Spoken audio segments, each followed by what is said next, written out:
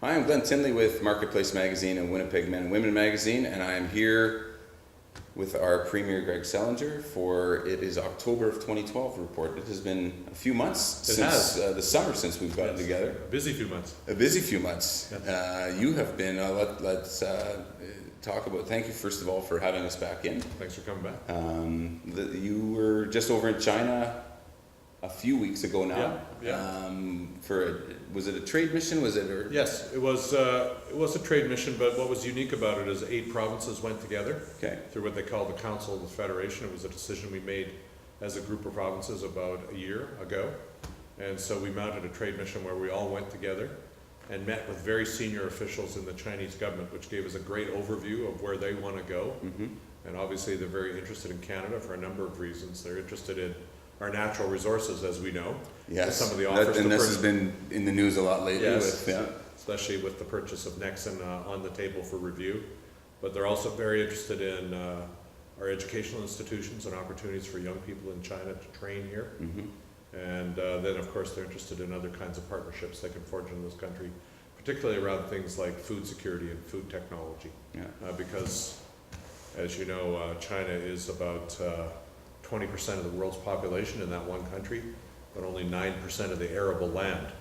So they're always looking for a way to secure themselves in terms of food and natural resources to grow their economy. Looking to the future. Yeah, they're very, they think in 5-year plans and then they keep rolling forward. Okay. And so it's a very different approach, but Canada is well regarded there for who we are and how we do business.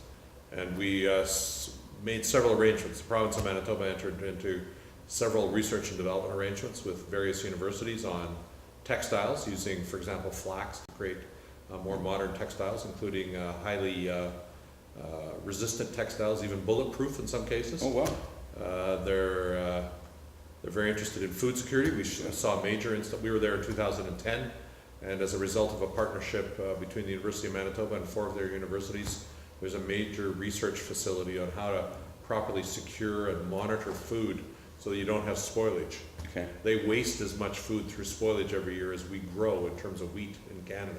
So it's a massive amount of efficiency they can gain if they learn how to look after food better after it's harvested and stored. And we do some of the best food storage, food security technology in the world. So we saw an installation of a project like that. And we also had some of our business people there, along with our Lieutenant Governor. Our Lieutenant Governor co-led the mission.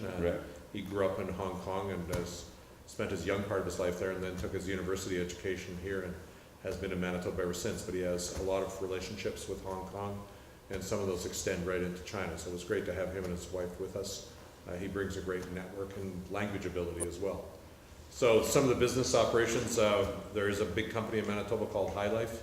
It's doing about $40 million of business a year alone on pork in that country. We met with some of the regional governments, which are the provinces, equivalent to Manitoba's province. We met with the whole cabinet of Onway. They came to actually Shanghai to meet with us. Okay. Brought our whole cabinet in, the premier of that province, and we talked about a variety of things we do together: building technology, agricultural technology, and education opportunities. So they're very interested in that.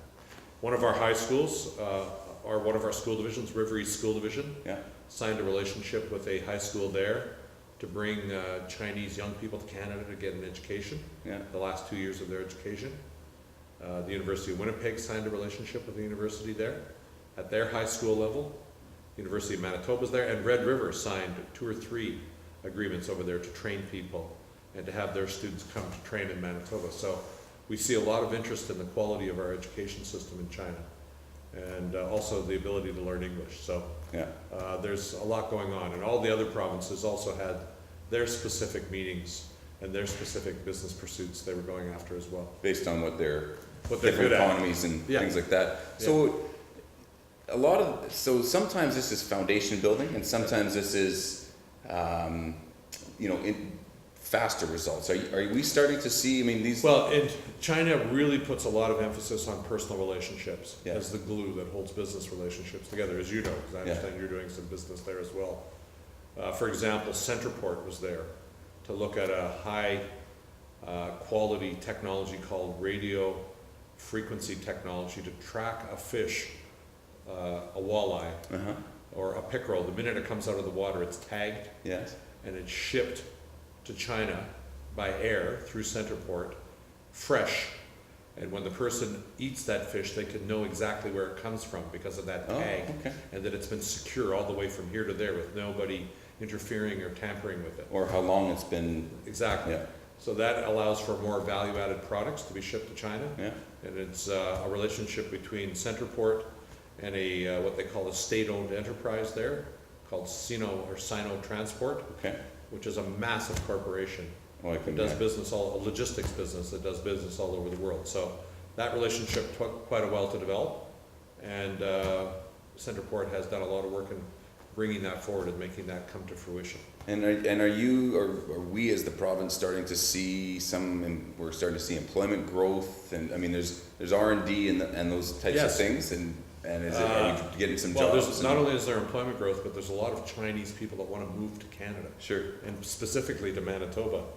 2 years ago, when I was there in 2010, about 20 families moved to Manitoba subsequent to that experience. And what we do is we develop a relationship with them there, where they start learning English, they start learning about winters, they start learning about our labor market. So when they come to Manitoba, they're much more ready to integrate into our society. Yeah. Similarly, we met with a group of young people, young families, about 60 of them in a room, and they are preparing to apply to become newcomers to Canada as Okay. well. So yes, we are seeing results. We also had the Manitoba Chinese Chamber of Commerce with us. These are people that have come from China, have made their lives in Manitoba, Mm-hmm. and now want to develop business relationships as Manitobans back with China, because they have family there, they have friends there, they know businesses there, Sure. and they're a source of strength for us, right? Yeah. To have the Chinese, Manitoba Chinese Chamber of Commerce with us. So they brought a lot to the table as well. So it's a long-term relationship building with one of the fastest growing economies in the world, of over over 1.2 billion, I think it's even larger, 1.3 billion Yeah. people, right? Well, and I also see from that is the way that they're going about that is, from an immigration standpoint, it's great to say yes, just come on over. But if you start to prepare people so that when they do land and they can start to contribute because there's some awareness of Because what's happened. First or of all, what to that do. preparation work allows them to come and stay in Manitoba. Yeah. They don't get disillusioned. Secondly, most of them are getting jobs within 3 months, and many of them are over 80% are becoming homeowners within 5 years. So they're putting down very deep roots in Manitoba, and they're getting really involved in the community, and they're people that bring skills that are often in short supply in Canada. Yeah. We obviously make a big investment in our own education system to upgrade and train our own people, with a growing priority on apprenticeship opportunities in Manitoba. But we also need to grow the population. Right. We have a growing number of seniors in Manitoba. We need young families involved in the economy, involved in labor markets, generating economic activities, setting up small businesses, Mm-hmm. our medium-sized businesses, which grows our economy, which provides the revenue to look after seniors and pay for things like education and infrastructure. Well, and the Chinese economy is still a lot of manufacturing based, but there's a high knowledge Yes. economy or knowledge They're industry. rapidly moving in that direction. It's still a source of relatively inexpensive manufacturing, although the prices are going up Sure. and the wages are going up as they put a greater emphasis on developing the domestic consumption of their own people. Yeah. They realize they can't rely on exports to fuel their economy forever, and they have to increase the purchasing power of their own people. As they do that, they're not quite as competitive on the wages, Sure. and the value of their currency rises as well, which makes them not as able to undercut Yeah. manufacturing in North America and in Canada. So there is some shift going on in that regard, but they're still very interested in sourcing raw materials from Canada, Yeah. and education and training and technology, because they're trying to continue to modernize their economy as they go through this massive sea change from where they were 40 years ago. Well, and I see that as being good for us here because we need that knowledge economy. We do, and it's a two-way Technology street. side and It's a two-way street, and we can learn from them, they can learn from us, and all the relationships allow them to learn from us, but also us to learn from them, and to develop opportunities for marketing our products there, sure. and to market our technology there as well. Yeah. Let's sort of keep this on the business path, but Centralia was just Right. was just over, was a great success. Right. how do we draw a link between, there's a lot of work happening with trade missions to China and what you're doing there? Well, and there's two kinds of ways to develop relationships on trade with the rest of the world. You can have outbound missions, often led by business and government, but then you have inbound missions, and Centralia is one of the more unique in Canada, maybe the most unique trade opportunity in Canada, to bring businesses from all over the world here to Winnipeg to meet local businesses to look at relationships that can benefit both of them. Yeah. So there was people from Israel, there was people from Africa, there was people from Iceland, there were people from China, Europe, of course, France and England, Mexico, South America, Argentina sent a large delegation up. So there were people from several countries all around the world. They can communicate in English, French, or Spanish if they wish. And some people have described Centralia as an opportunity to do business speed dating. They're guaranteed a number of one-on-one meetings with businesses of their choice and an opportunity to take those meetings and turn them into trade opportunities.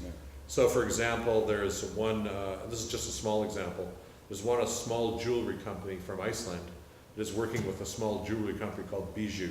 It's on Provincial Boulevard, it's in Winnipeg, and it's in other cities in Canada. That jewelry company in Winnipeg is going to start showing some of the jewelry developed in Iceland. Okay. They always do their own jewelry, but now they're going to have a broader product line, which is good for both of them, right? Sure, yeah. And similarly, Bijou can start putting some of its products into places like Iceland and around Expanding the their world. market without having to go and open locations. Right, and these small businesses, when they get together, we want small business to think of their markets not just as local markets, but what export opportunities they have. So every small business meeting a person from another part of the world has the potential to expand the market for their products, whether it's information technology, whether it's transportation technology, whether it's management services, whether it's tourism. All of those are opportunities to do more things together and create a broader opportunity to grow market that will bring income back to Manitoba and help Manitoba become wealthier and more prosperous. And that's sort of where I draw the link with China, because that's, as I said, that's foundation building for future, and some immediate or near term, but the Centralia is some Brings them on over here. And brings them here in some faster results. Yeah. So what you start to build is... I think Centralia has been a great success. It's the second time it's been done. We've supported it. Obviously, it's a great partnership with the Winnipeg Chamber of Commerce and NIM, which is a bilingual trade agency. And that is evolving into the new World Trade Center. Manitoba, for the first time in its history, now has a World Trade Center here. Right. We've been very supportive of that, and we've provided some funding for some of the staffing that will occur there. And that World Trade Center hooks Manitoba into a global network of World Trade Centers. China alone will be developing 100 new World Trade Centers over the next decade, just to show you how fast they're growing. The international director from the World Trade Centers in New York was in Winnipeg. This was his second trade center that he came to visit since he took over that job. And so Winnipeg is now well positioned as part of a global network of trade centers, which is focused on small and medium-sized business, which historically have been left out of these trading relationships. And because we have such a strong and robust small and medium-sized business sector in this province, it's an opportunity for them to expand. Shifting gears a little bit, we've seen a pretty dry summer. Getting a little bit of rain now in the fall, but a dry summer. But farmers seem to have done very well with that. And then then I haven't seen, and you would be able to have better input on this, obviously, but the impact of the wheat board, and there's been some shift and changes there. Well, the summer, you'll remember a year ago we were talking flood of the century through the Assiniboine River Valley. This year crops have been pretty good. But it did get dry in the latter part of the summer, and it did get dry into the fall. We started to see some serious fires in southeast Manitoba and the Interlake. Fortunately, we had an early snowfall and a lot of moisture, which took the wind out of a lot of those fires, literally, and damped them down. So that's a little better. Actually, a little moisture right now is a good thing for next year, if it soaks in early before the freeze-up comes. So agriculture, we believe, will do a lot better this year, even though there are some challenges in specific sectors like pork, for example. There's been some real problems with high input costs and some challenges on the pricing front. But overall, agriculture should do quite a bit better.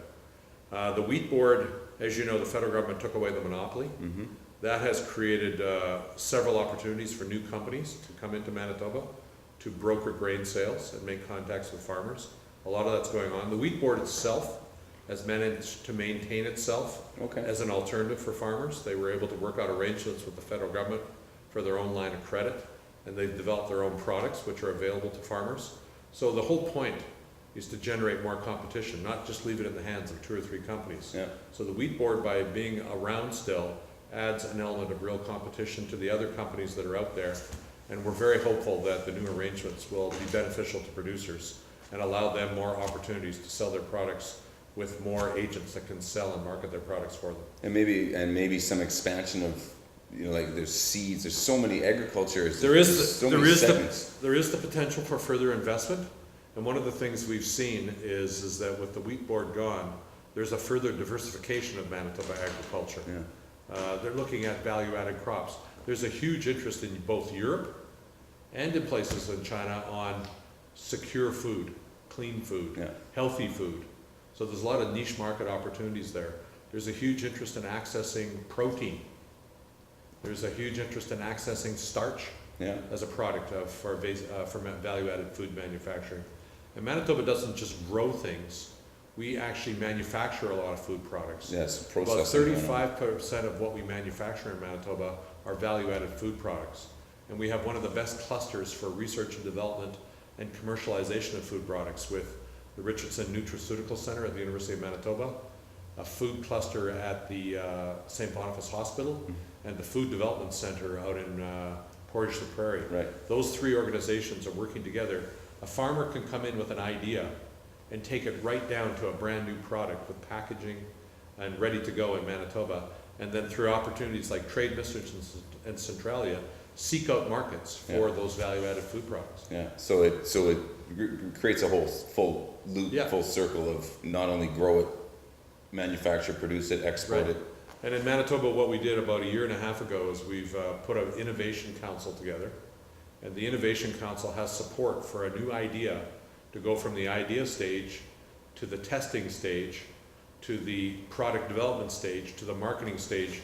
And we can provide support to an innovator from the beginning right out to the marketplace to commercialize a product. As you know, with some of the work you're doing, and we're prepared to support them every step of the way to bring new ideas into the marketplace, which again will generate more jobs.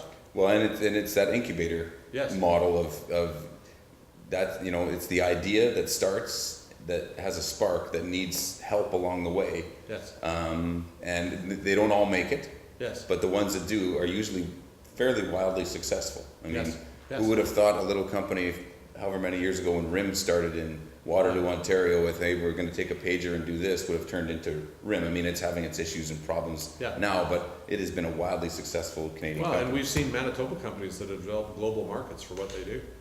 And some of those products are going to travel around the world, and they have their own niche all around the world. Yeah. There's one company here, I won't name their name, but they started out providing nutrition to farm animals, for growing farm animals, good quality nutritional feeds. Mm-hmm. They've now branched into nutrition products for humans, heart healthy products, for example. And their experience has been able to transfer into new products to meet the growing demand for healthy foods in Canada and healthy food supplements. And that's a Manitoba story. Yeah. As you know, there's a lot of technology companies in Manitoba. Yeah. There's the pork industry. There's the value-added food industry. Flax is a great interest to a lot of parts of the world in terms of fabrics. What kind of textiles you can grow out of flax products. So a lot of these things require some long-term investment and vision, but they can make a real difference. Yeah. No, it's good, and I mean we keep talking about it, but there's sort of good things continually on the horizon, which is what we want to be talking about. So time absolutely flies, and I know that you are a busy man. You have the province to run. Yeah. So thank you very much for your time, and we will see you next time next time we come in. And I am Glenn Tinley with Winnipeg Men and Women Magazine and Marketplace Magazine, and we'll see you in a few months from the Premier of Manitoba's office.